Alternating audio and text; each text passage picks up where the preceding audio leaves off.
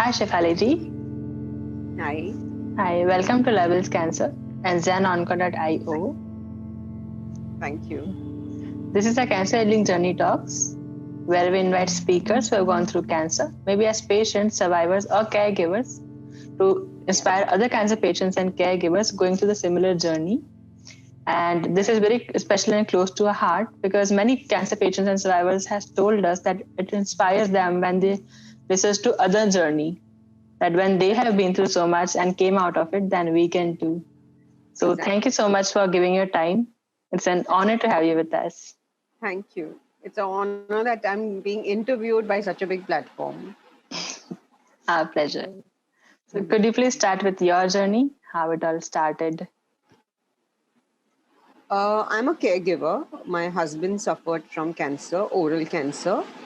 He was not diagnosed. I mean, our family doctor just generally suggested that he go in for a biopsy. He had an ulcer on his cheek, and it was just a general thing that just get a biopsy done. And he took it very lightly. He didn't mention it to me because the word biopsy itself is very frightening, and he didn't tell me anything about it. And we were so happy because my daughter just got engaged. We were meeting up friends, planning up the marriage, very happy about it. So in all that happiness, he neglected that there is something hurting in his cheek. He couldn't eat anything spicy. He couldn't eat anything a lot of gravy. I mean, he needed soft foods. So I said, fine. It happens when you have an ulcer in your cheek.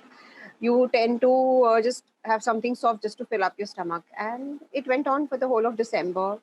Come January again, it was the same thing. He just couldn't eat. Uh, I took it very lightly. I didn't give it a thought that this might turn into cancer. And by the way, he was into eating a lot of pan masala and all that. So something hit him. He said, okay, probably I'm eating a lot of masala and that's why it's not getting cured. So he just stopped having it. And probably that fear that, oh, I might have to get my biopsy done. Again, the whole of January just went off. And February, I said, okay, just let's show it to an Ayurvedic doctor and just get it ruled out. Why is it not getting cured by itself? So even the Ayurvedic doctor said that you need to control your diet, stop having spicy, and see that this ulcer doesn't turn into cancer because that's how it starts. That's how it starts. And he said to have regular meals, and not to skip meals, not to increase the acidity level in the body. But his dietary discipline and his daily routine was he's not a disciplined person. He used to just have his lunch at any time he wanted. Most of the time, he used to skip his lunch, just have his breakfast, and then directly have his dinner at night. At times, he used to even skip his dinner, saying कि आज तो एक दो drink ज़्यादा हो गया. Now I'm not in the mood. I want to sleep, sort of a thing. And it just didn't get cured. So I said, let's go and show it to the doctor again. I mean, just he had stopped eating his packets, his pan masala. So I said, just get your teeth file your teeth so it won't hurt you all the more. That's when we landed up at a dentist, and that's when the dentist told us that this doesn't seem to look good. You just get a biopsy done. And the moment he said biopsy done, I said, okay. I thought it's just like a blood report thing. I'll get it done. I didn't think out of the box at that time. I took it very casually. But my husband was very frightened that it will be painful. Someone had instilled that fear in him that the biopsy of the cheek is going to be very painful. And it took me around 3-4 hours to convince him to get a biopsy done. Later that evening only we got the doctor's appointment done, and the doctor confirmed, the oncologist confirmed without the biopsy or anything that this seems to look like a second stage oral cancer. And you immediately need to get a biopsy. You immediately need a operation done. I mean, that's when the ball started rolling. That's when it hit us hard. Here we were supposed to prepare for my daughter's marriage that same year, 2017. And here he's getting operated. And my husband used to be very scared. Even if I would be injected, he couldn't even bear that. So I said, no, you have to get it done, whatever it may be. We have to rule this out. It was a very difficult decision for us to convince him to go ahead with the whole thing. And me keeping a very straight face throughout this, being the strength not only for my husband but for my daughter too. It was very difficult. We got him operated in March, second week, and we started with his regular chemotherapy and his radiation. That didn't actually suit him. He immediately came up with on his lip, he had an infection. For a month, the doctor couldn't diagnose what the infection is like. We used to go every day. He used to give us some medicines. We used to come back home and used to say, नहीं ठीक हो जाएगा, antibiotic लो, ये तो कोई infection है, चला जाएगा. And it went on for a month, and it was like taxing for us. He stopped the chemo, he stopped the radiation. He said, "Nee, this is not suiting him, so we better stop." I said, "What else? But if we stop this, how are we going to stop the growth of cancer in the body?" Nee, nee, now nothing can be done. Oh. That's what the doctor said. And like we are so dependent on doctors. I said, "Now where to go?" I said, "Okay, just remove the infection." He's saying we'll have to operate him again. If it is an infection, we'll have to get the biopsy done in the operation theater, and we'll come to know is it cancerous or it's just an infection. And if it is cancer, we'll have to chop his lower lip off. Now that again frightened my husband. And if I show you his pictures, they were really very dirty. There was, what do you say?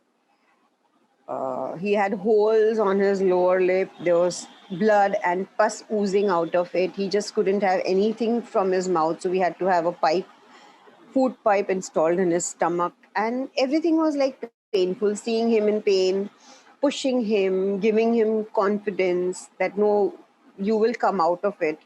And my daughter's marriage was slated for November 2017, pushing him that you will be there for the marriage, when the whole family was pulling us down that no, no, get her married within 100%. People, don't wait. He might not survive. And I said, no, he's going to be there. We have to give him that hope. It was like one man army standing as a shield for my husband, giving him hope that you're going to be there for our only one daughter. It was mentally taxing. My daughter going through depression, my husband going through this. I'm dealing with the whole family. Everyone coming up with different views. ये कर लो, वो कर लो, ऐसे कर लो. ये काम आएगा, वो काम आएगा. But then I was just focusing on what the doctor was telling me. So, okay, we got his lower lip checked. Fortunately, it was not cancer. It was just an infection which had gone out of limits because it was not treated on time. That's why it just spread. We again got him admitted, got the whole thing cleaned up. Overnight he was in the hospital. The next day, again, before checking out, the doctor said, no, I'm not going to give him any more chemo. By the time he had taken 4 chemos and probably 2 weeks of radiation, he's saying now his body cannot bear.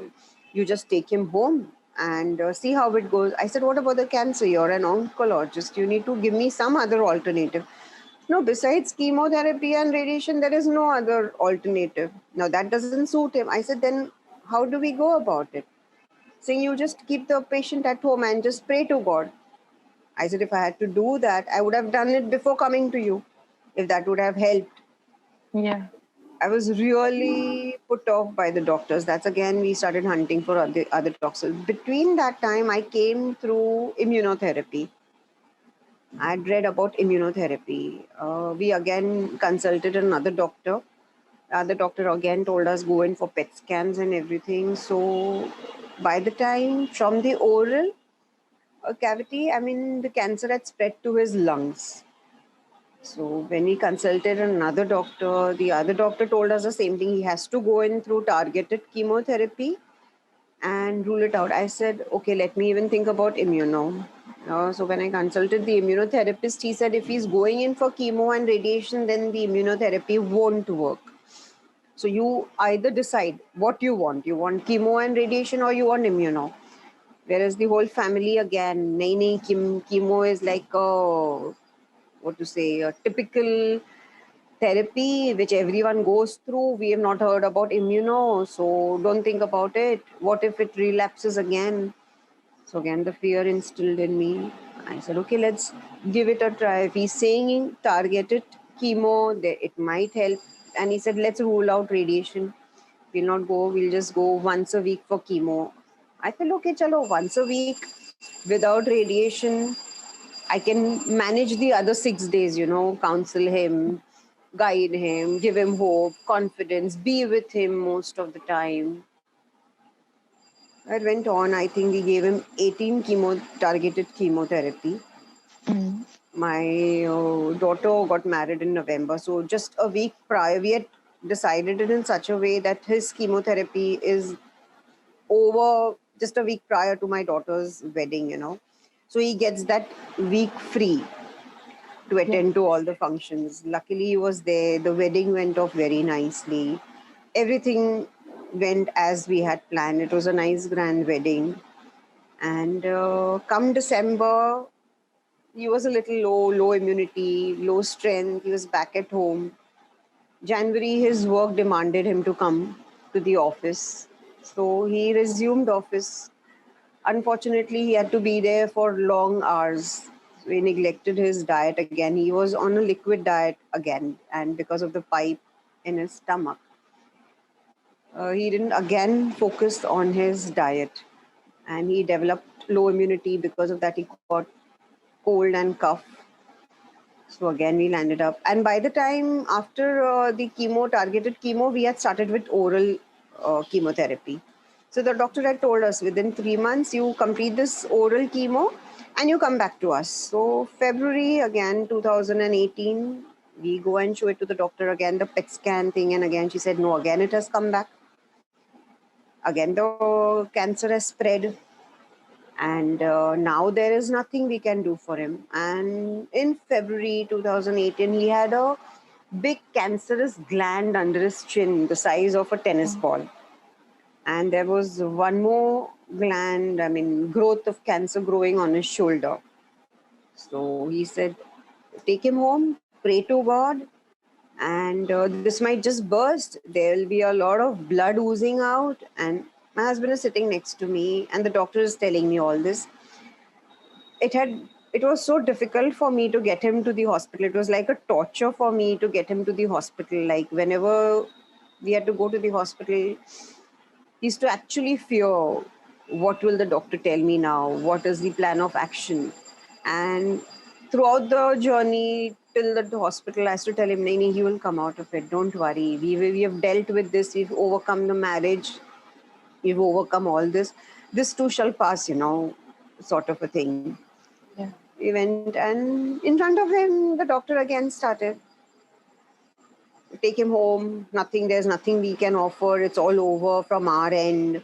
You go show it to any other doctor. The other doctor is going to give you the same advice. My advice is you be with him back at home, pray to God, give him healthy food, and expect a miracle.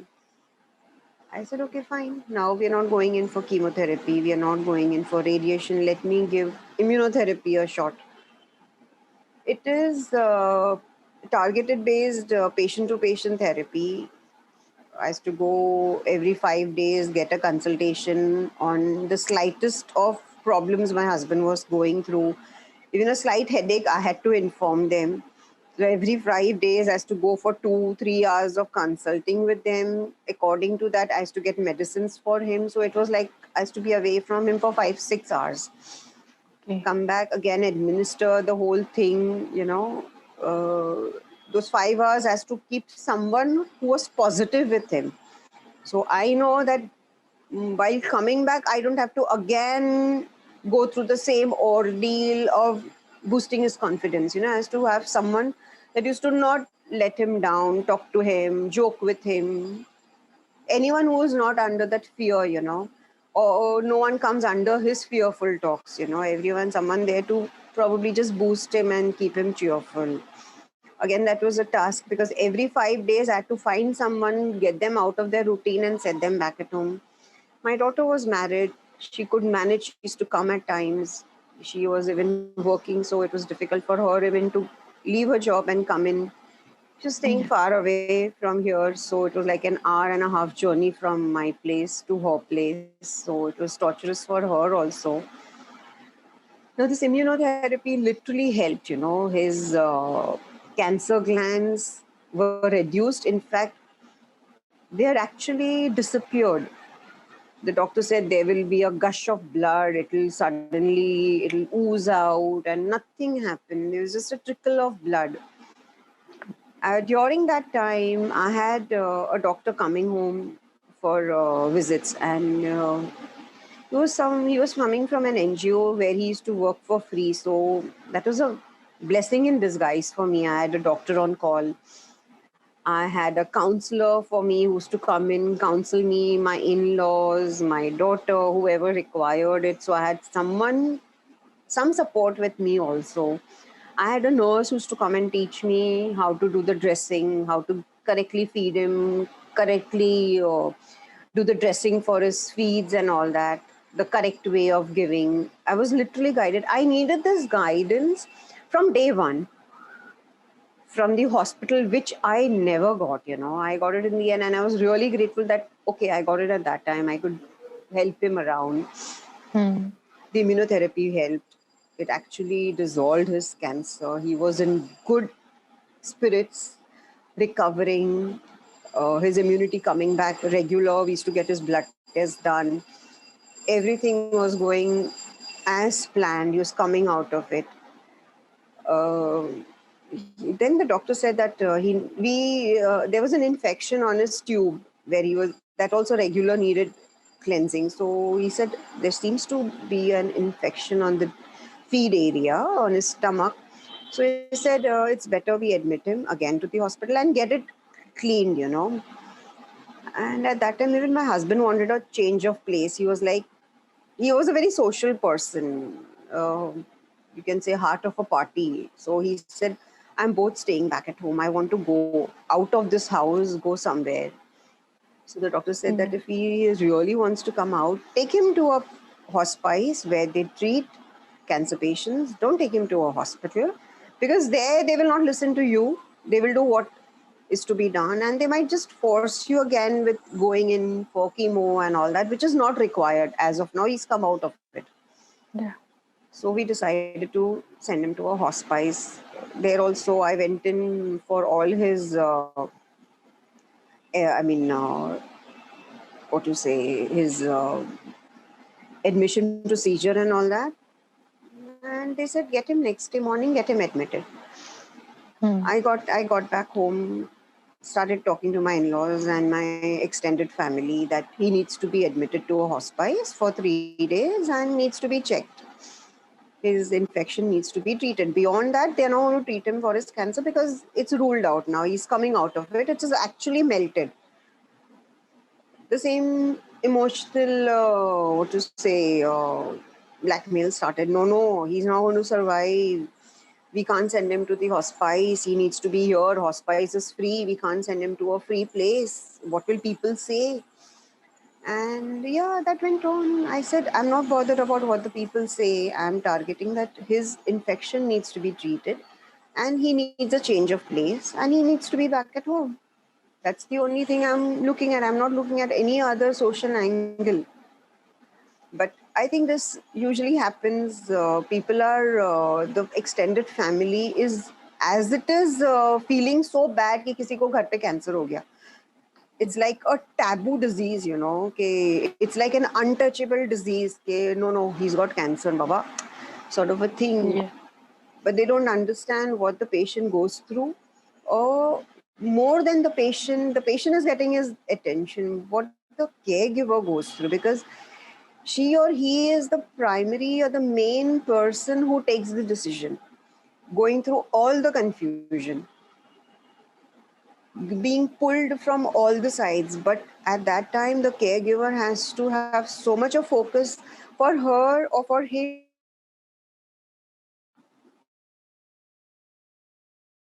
well-being of the patient. Nothing beyond that. For me, my husband should be happy. Pain-free was my only intention. I just didn't listen to anyone. But then this emotional blackmail started that you take him to the hospital, you bear the consequences. We will not take any responsibility for it. All this started playing in the house with the extended family. Everyone from our friend circle, everyone started talking them out of it. But no matter what, they were like not ready to listen. Okay, if these are the last days, probably we will not see his face, sort of thing. I said, he's out of it. He's fine. The doctor has advised us to go. We have to take that decision and we have to move ahead. We can't just keep him back at home and let him suffer through this infection. But nothing changed their decision. And the doctor was coming heavily on me that, Shivali, you need to decide. You need to take a stand. I said, I'm drained out. It's like 1.5 years I've been fighting with them. Now, if really something happens to him, how do I take the responsibility? Because as it is, there were a lot of differences. Because of this cancer thing, suddenly there's a division in the whole house. There were a lot of fights, a lot of arguments. I mean, everyone was on tenterhooks. It's a normal thing, Everyone is under fear, and under fear, you tend to fight. Under fear, tend to be frustrated. Under frustration, you're going to be harsh to people. So I think I lost my courage at that time. I didn't have the courage to take a decision and take him to the hospice. That's where I needed to have my courage. That's where I just gave up. And within a week, he's come to his infection. Like he was out of cancer. He was just a week prior to his death. I'd taken his picture and he looked so hale, hearty. He had gained weight on his face. His old charm had come back. He started looking his usual handsome self. His hair had come back. He had got that strength to get up and walk around in the house. He started asking for food. He started asking for his favorite orange juice that I feel like drinking, which for past 6 months he had lost the interest in eating because of the pipe. He started asking for things which is to be normally doing, going to the washroom, taking a bath. I mean, Yeah. everything was falling into routine. And suddenly that no one supported me from the family. Everyone was scaring me that how can you decide what happens? He will not see anyone's face on his deathbed. I said, if the hospice is giving him admission, it's on that basis because he's healthy. Or else I wouldn't have got Yeah. admission. If he's on the last Yeah. stage and he's not surviving, then the hospice itself would ask me to take him to admission. He said he's absolutely fine. You can keep him, get him over here. We'll get him admitted. That's where I lost my courage. If I would have hung on to that, I think my husband would be here sitting next to me and giving his story as a cancer survivor. I lost him because of this one emotional blackmail, you say it, or an emotional decision taken by the family. Within a week, the infection spread, it became septic, and he just expired. He couldn't survive. Okay. I'm so sorry to hear that. Like there were many things going around you, like your daughter's marriage, your husband's health, family issues, and many things. Lot of things. How you take care of your emotional health then? See, I've been working with learning disabled kids as a special educator past 15, 18 years. So I needed to have a lot of patience Hmm. dealing with these, severely behavioral issue kids. So I Yeah. think I derived my patience from them. And I used to go back to my work. My work was around for 3-4 hours in a day. I used to tend to very small kids around 3-4 years, be with them at a playgroup level, So I didn't give up on my job. My school really helped me sail through this, gave me a week, or I mean, a day in a week of when I used to take my husband for the targeted chemo. So they really supported me in that way. The other days also, I used to literally switch off. The moment I used to step out of the house, because I used to arrange everything back for him, his feeds, someone with him for my 4 hour job when I used to leave him and go. So there was someone who, his friend or someone just sitting behind and joking with him. I used to keep his feeds ready.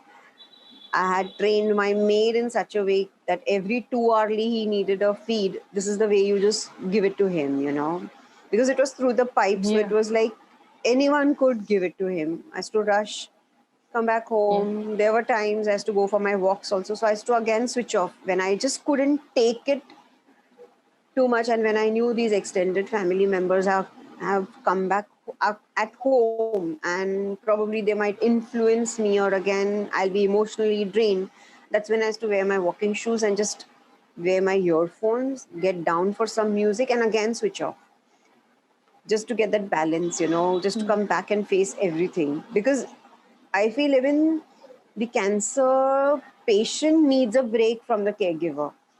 Most of the time he used to feel bad for Yeah. what I'm going through more than what he's going through. He Yes. couldn't express it. He couldn't, tell anyone else about it, that please don't irritate my wife. He had lost that confidence in him. He's lost everything at that time. He was a meek spectator seeing what's happening to me or to the family or what everyone is going through. There were arguments around for the silliest of things, for no reason. I think this all emotional family drama needs to be cut down, when a person is going, because everyone is festering fear at that time. Everyone is frustrated. Yeah. Everyone knows that the patient might survive or not. But I think at that time, if you're positive and if there's a positive environment, it gives a lot of hope for the patient to survive also. I think 50% of job or the survivor can come out of it if that environment is given Yeah. to him. Fortunately, I Yes. didn't get that. Yeah. Like people still consider cancer as a taboo. Exactly.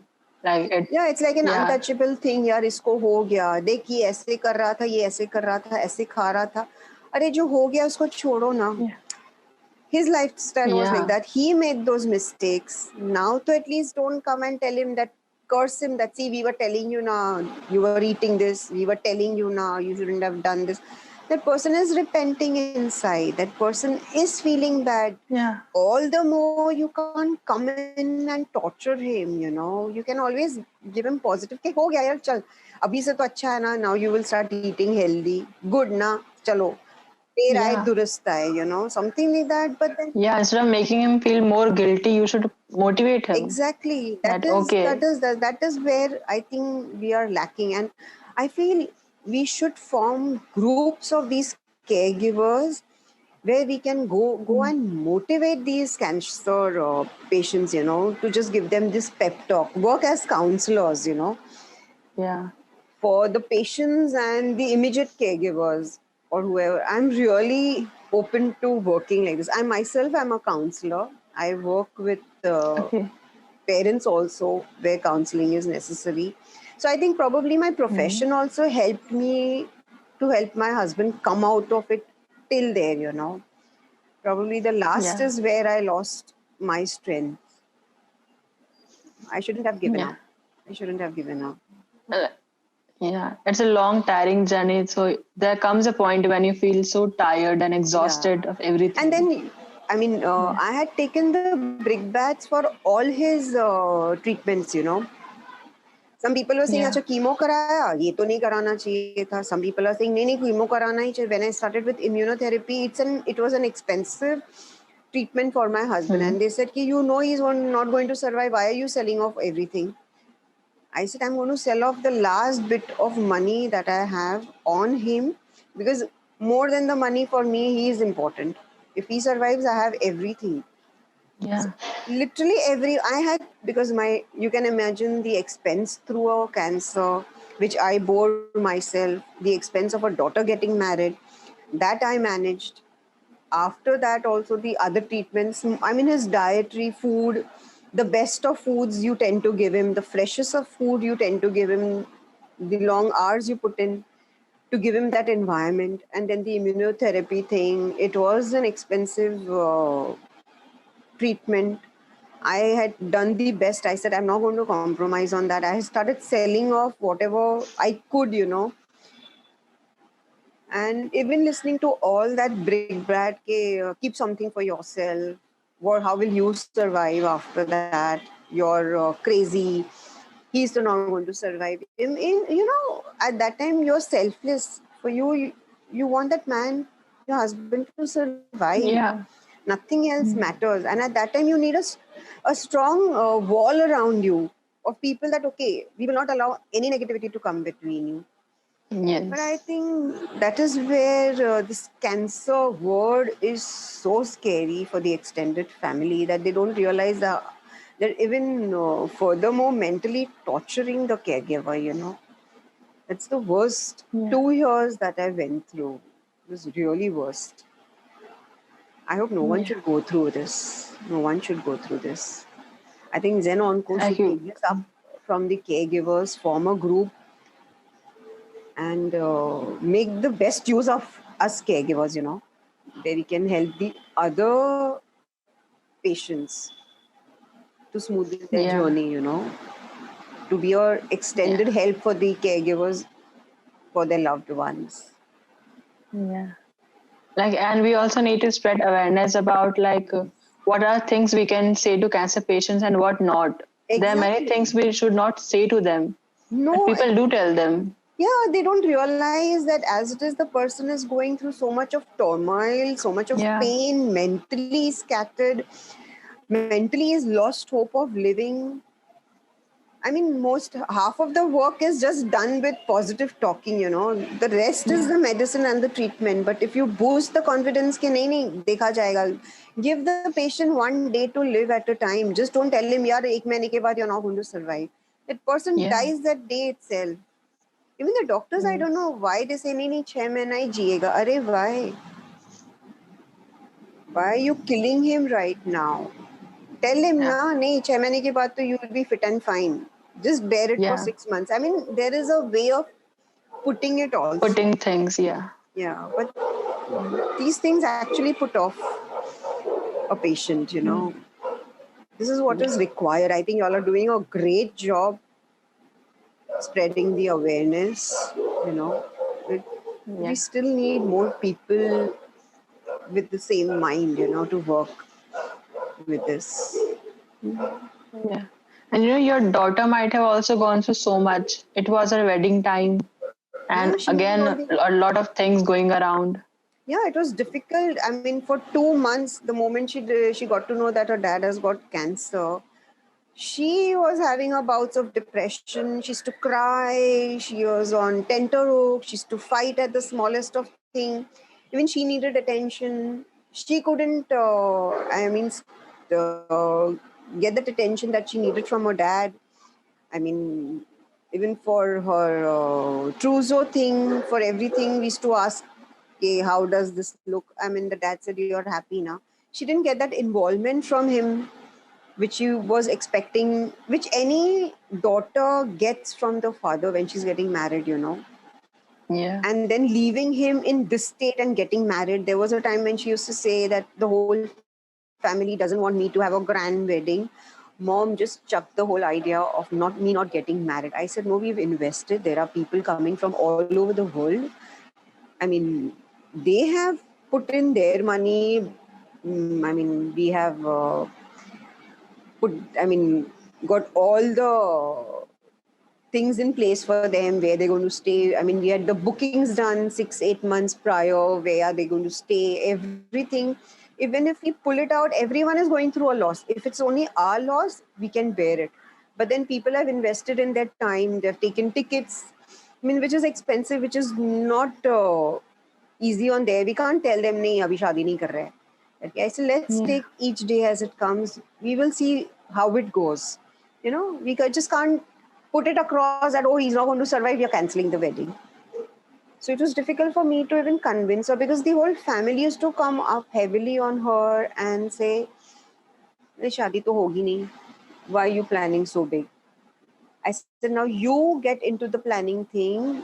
You're going to plan for everything, the catering, the decoration, for your card, for your trousseau. I'm there with you. Only we both are going to take the decision. We're not going to involve anyone from the family. Because even one small negative remark and the whole exercise of working comes down. So I just distracted her from all this, got her, you want the marriage your way, decide everything. You want to go anywhere, discuss, decide for anything. I will manage, I will adjust someone over here for him, and we will go ahead with your trousseau as normally as we can. So even dad knows that you're getting married, and even he feels okay, everything is normal. So I wanted her strength also with me. I distracted her. It was 2 difficult months. Very difficult for me. At the slightest of provocation, there was a breakdown. So, like 1 hour, everything was fine, and the other 2-3 hours used to go badly. Again, everything settled, and then someone again coming up with something. So the whole day, I was like balancing both of them. It was draining, but I said, at this moment, I need not think about myself. I need to get them both. Mera jab bhi hoga, I will look into it. I have my time. I'll come around, but not now. So it was difficult. I don't know. Right now, when I'm sitting and when I'm thinking, I feel, how did I do it myself? For me, there's an adage. Nothing is impossible. Everything is possible. Everything is possible. But when you say, oh, this is impossible, I don't agree with it. Yeah, and when you are in this situation, you automatically get some power within you. That Exactly. okay, we can do this. Exactly. There is always Yeah, God helping you out, showing you the right way, not to give up. yeah. So, what will be your message to people watching this video? I'm not someone so great to give a message. I would just like to say that take each day as it comes. Don't think about the next day also. See that you're positive for today, for now, and see that the mental health of the patient is taken care of more than the physical. Keep the patient happy, keep the patient so positively charged, that he sails through the day very smoothly. Don't scare him. And even if you feel that there is someone in the family or the extended family or your friends who comes down and says, yaar, terko aise to nahi hona chahiye, please stop them from coming. Yeah, Don't feel bad of what will the society say, okay. Forget, keep the society aside. For the caregiver, the only focus should be that the patient and yourself should be so positively charged and so happy. Listen to music, listen to some nice humor, um, watch something together, sitting together. In fact, getting friends who are going to bring you down, watch some movies, comedy movies where you get that quality time where you're forgetting what the cancer patient is going through. Build up that bonding at that time. That's the best time to bond, rather than getting people over and bringing the patient down. I feel just live each day. Forget about what's going to happen the next day. yeah, It becomes easier for the cancer patient also to go through pain. Manages pain. I think that's what I was doing. So I hope it helps others. yeah. And like there are people who don't understand what cancer patients and even caregivers go through. Exactly. But what all they need is support. That's That's what all. exactly. I mean, I got the support from this doctor who came up to help my husband. He had a group of counselor. He had his own nurse, and everyone did it for free. They said, "We know what a caregiver goes through." There was a breakdown point. sorry, there was a breakdown point also where I had given up hope. Like no one supported me at that time. And that's when the counselor counseled me for nearly 2-3 hours, and she got me out of that. She said, you cry, you remove it from your system, but now you need to prepare yourself that probably within a week he might not survive if no one from the family is understanding that we need to shift him to to a hospice. It had come to such a point that because of the counselor, I could get out. She's saying if you go with a crying face in front of your husband, he's going to die much more earlier seeing you like this. Yeah. So, in fact, spend quality time with him, sit with him. Probably this is written in his journey. I mean, in the end, we say, na, yehi likha tha Bhagwan ne. Yeah. I don't agree with that also. Destiny is in our hands Yeah. also. Yeah. But for that, you We can make it our way. way. For that, you need everyone's support, That's where I didn't get. Yeah. And we also need to spread awareness about going to the counselors. Yes. People are even afraid of going to the counselors. They say, iski zarurat hi kya hai? No, badly needed. Badly need of the hour, That's the first thing when they go to the doctor. Is I think the doctor himself should have a counseling unit over there, Yeah. Sadly, it's not there in India. I think that's the need of the hour. वो नहीं है तो at least go to a care counselor who can guide you through the whole process or tell you कि suppose if you're taking chemo के इसके side effects, they tell us, they brief us what is there. But that is physical. What does a person go through mentally? That is never aided, never given. He's already the emotional and mental part is always neglected. That's where a counselor comes in. And she gives that balance over there, which is also badly needed. पहले ही fear डाल दिया कि chemo कराएंगे तो ऐसे ऐसे होगा. Man is, because the patient is down the dumps at that time. But that's where the counselor comes in to boost his mental capacity, to let him face the treatment, That's where half the battle is won. I remember the first time my husband went for the radiation. It was so difficult for me to push him inside, and the doctor said, we won't allow you. He will have to come alone. And he was not ready to leave. He was holding my hand so tightly that I want you in. I said, I cannot. I mean, I actually had to be so rude to the doctor. I said, doctor, you want to cover me in the radiation room also. I know the patient is left alone over there and the doctor is checking in from the other room. I said, you want, even I will dress up the way you dress up a patient. Let him hold my hand. I mean, if it's giving him so much of comfort, I think these are against the rules. This can't be done because I even didn't know what is radiation. I didn't know the process. Even if the doctor technically explained it to me, I mean, I'm a lay person. How am I going to understand? So even I felt I needed to be with him physically, just give him that mental support that, okay, I'm there with you. Nothing is going to happen to you. Even if, like in my counseling, we do a lot of talk therapy, we do music therapy, we do art therapy, we do touch therapy too. Where touch is required, where it speaks more than words. That's what my husband needed it most of the time. I think this is the need of the hour. This is what is needed for the patients and the caregivers more, to give them that environment, that positive charged environment. Like we need to focus on these little positive things we can provide cancer patients. Exactly. Yeah, a touch, a simple hug, or any therapy anything we can do for them. Exactly. We can introduce all this to them. That it's, don't look at the money aspect or whatever. Look at what you or the patient is going to gain out of it. That's more important.